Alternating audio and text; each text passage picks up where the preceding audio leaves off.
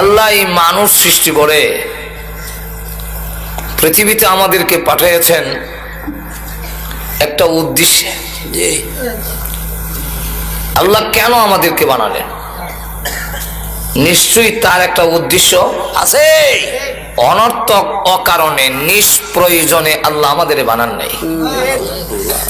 আল্লাহ নিজে বলছেন, আমাদেরকে আল্লাহ প্রশ্ন করে জিজ্ঞাসা করেন, তোমরা কি ভাবো, তোমরা কি মনে করো অনর্থক এমনি তোমাদের বানাইলাম? আল্লাহ নিজে বলেন, আফাহাসিবতুম আন্নামা খালাকনাকুম আবাসা। তোমরা কি মনে করো অনর্থক অকারণ নিষ্প্রয়োজন আবাস? অবশ্যই না। তাহলে কেন বানাইলেন? উদ্দেশ্যটা কি? আল্লাহ আরেক আয়াতে পরিষ্কার করে বলে দিয়েছে, ওয়ামা খালাকতুল জিন্না ওয়াল ইনসা ইল্লা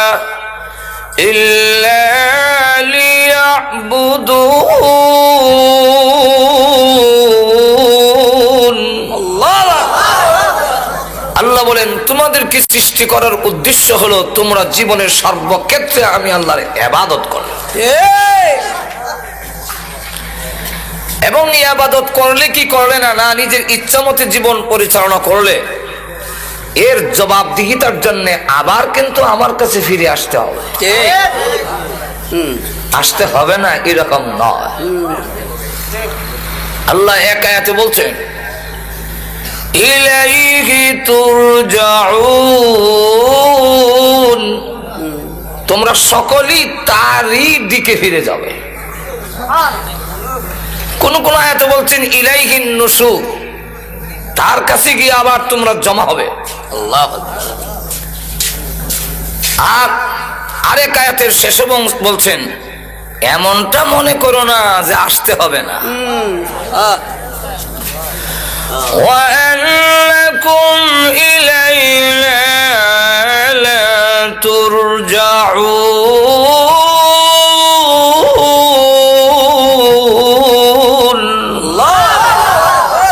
ফিরে আসতে হবে না এরকম নয়, অবশ্যই তোমার আমার কাছে আসতে হবে।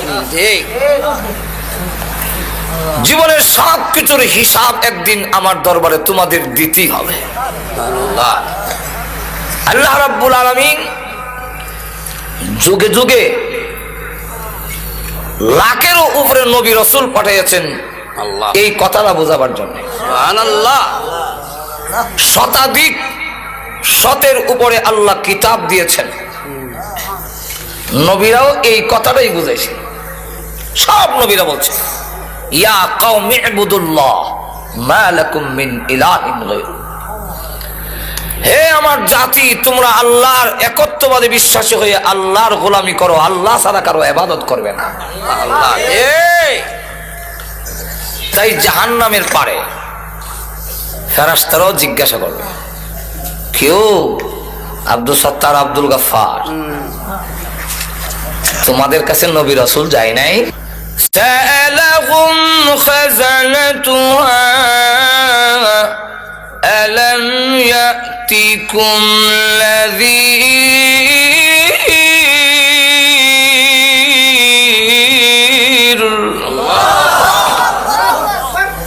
তোমরা যে জাহান্নামের পারে আসলে, জীবনে তাফসীর মাহফিল হয়নি তোমাদের? আল্লাহু আকবার। ওয়াজ হয় নাই?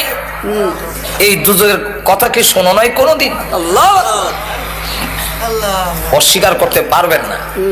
তখন বলবে, ক্বালু বালা ক্বাদ জাআনা নাযীর।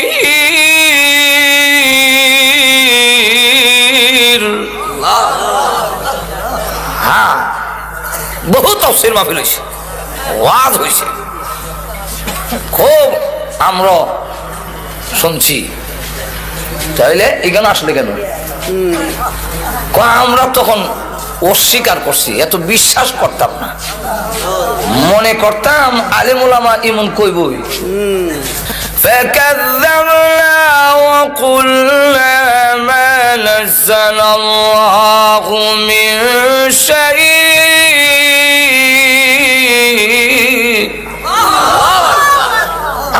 অস্বীকার করছিলাম, ফাকাযযাবনা। বুঝলেন, নবীরাও যখন কথা বলতেন আমরা কানো আঙ্গুল দিয়ে রাখতাম, যেমন কথা কানো নাই, আর ফাক্কা দিতাম না। وَإِذَا تُتْلَى عَلَيْهِ آيَاتُنَا وَلَّى مُسْتَكْبِرًا كَأَن لَّمْ يَسْمَعْهَا كَأَنَّ فِي أُذُنَيْهِ وَقْرًا فَبَشِّرْهُ بِعَذَابٍ أَلِيمٍ।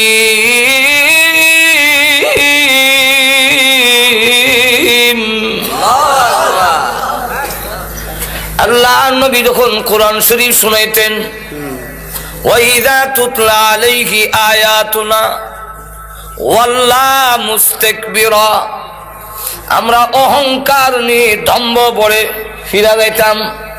কাল্লাম ইয়াসমাহা, যেমন শুনছি না।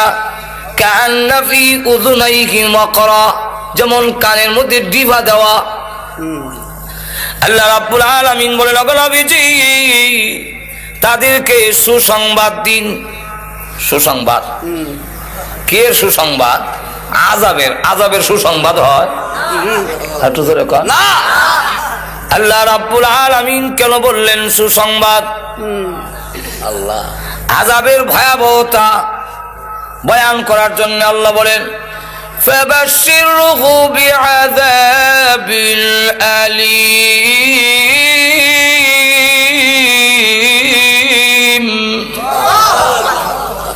এদেরকে সুসংবাদ দিন, আমার আযাব বড় কঠিন আযাব। ওই দিনকে বলবে মনোযোগ দিয়া যদি শুনতাম, যদি ভালো করে বুঝতাম, বোঝার মতো, তাহলে আজকে জাহান্নামবাসী হইতাম না। قالوا لو كنا نسمع أو نعقل ما كنا في أصحاب السعير।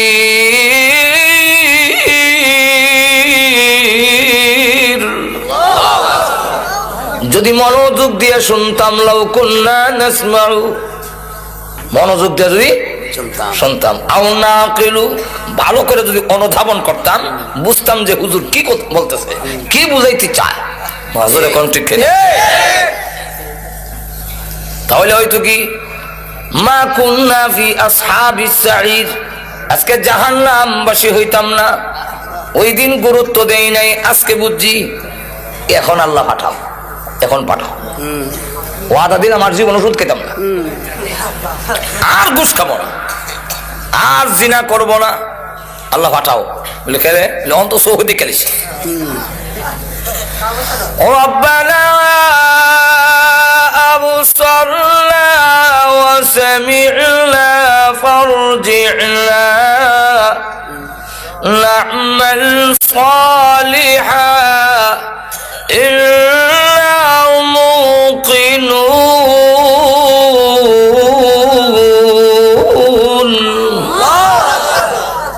আল্লাহ এখন চোখে দেখছি যে আযাব, ভয়াবহ আযাব, এখন চোখে দেখতেছি।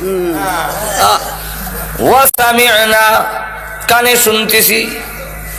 কে যে চিৎকার প্রভু, হ্যাঁ এখন চোখে দেখি, কানে শুনি।